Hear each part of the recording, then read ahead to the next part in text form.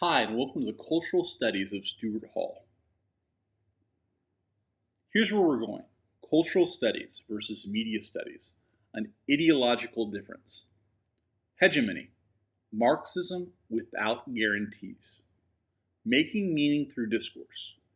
Corporate control of mass communication. Post 9/11 media coverage. The chill of constraint. Extreme makeover. The ideological work of reality TV. An obstinate audience. Critique. Your judgment will depend on your ideology.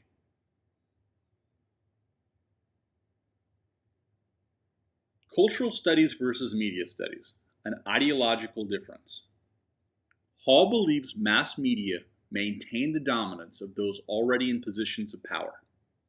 Ideology are the mental frameworks which different classes and social groups deploy in order to make sense of the way society works.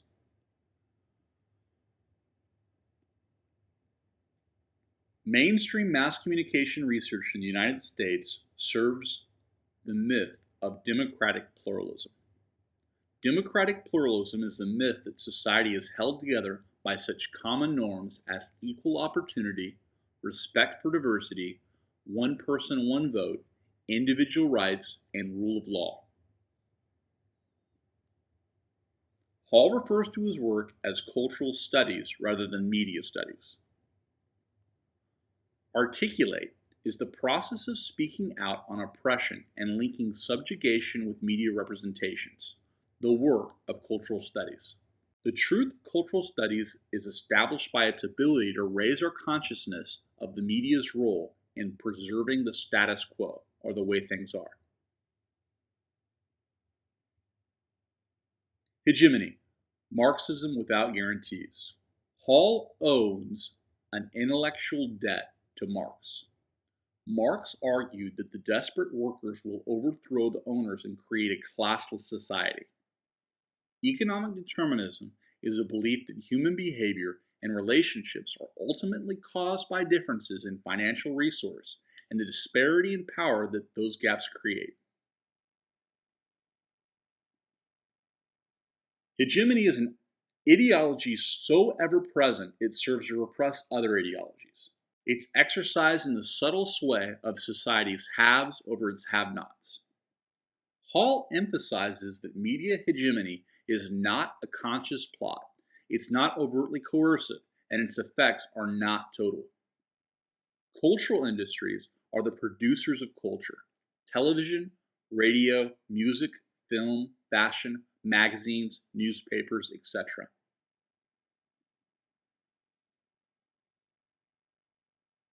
Making meaning through discourse. The primary function of discourse is to make meaning. Humans learn what signs mean through discourse, communication, and culture. We must examine the sources of discourse. Discursive formation is the process by which unquestioned and seemingly natural ways of interpreting the world become ideologies. Corporate control of mass communication. The study of communication requires cultural context and reality of unequal power distribution in society to be theoretically relevant. Media representations of culture reproduce social inequalities and only allow the average person to operate within a corporatized, commodified world. Post 9/11 media coverage, the chill of constraint. Directly after September 11th, there was little divergence from the government by the media when covering politics. President Bush's appeal to the public was to spend money. No news show questioned the linkage of consumer purchasing and patriotism. Mass media provide our guiding myths that shape our perception of the world and serve as important instruments of social control. Multiple media outlets end up speaking on a major issue with a single voice.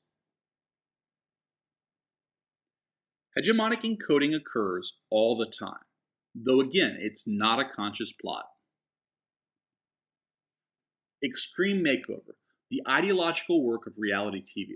Winslow argues the representation of ordinary people in reality TV offers viewers explicit guidelines for living. Extreme Makeover Home Edition. The producers seek families whose moral character, love, and demonstrated care for others makes it clear they are worthy. The rest of the show focuses on the ingenuity and commitment of workers. Winslow argues that the real work done in Extreme Makeover is on the audience. We not only learn who deserves to be rich and who deserves to be poor, but also learn how each should be treated. An obstinate audience. The powerless may be equally obstinate by resisting the dominant ideology and translating the message in a way more congenial to their own interests. 3 decoding options: operating inside the dominant code, applying a negotiable code, and substituting an oppositional code.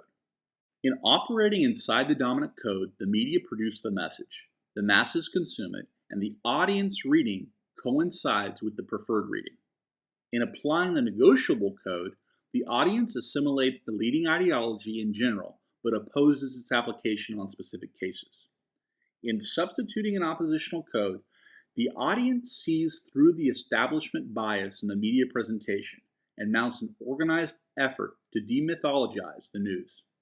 The ideological fight is a struggle to capture language. Critique. Your judgment will depend on your ideology. Many communications scholars question the wisdom of performing scholarship under an ideological banner. Do such explicit value commitments inevitably compromise research integrity? Truth has prospered by investigating what is separately from what it ought to be. Halls doesn't offer specific remedies or problems he's identifying. The most positive contribution to mass communication study is the constant reminder that it is futile to talk about meaning without considering power at the same time. So here's where we've been. Cultural studies versus media studies, an ideological difference. Hegemony, Marxism without guarantees. Making meaning through discourse. Corporate control of mass communication. Post 9/11 media coverage, the chill of constraint. Extreme Makeover, the ideological work of reality television. An obstinate audience. And critique, your judgment will depend on your ideology.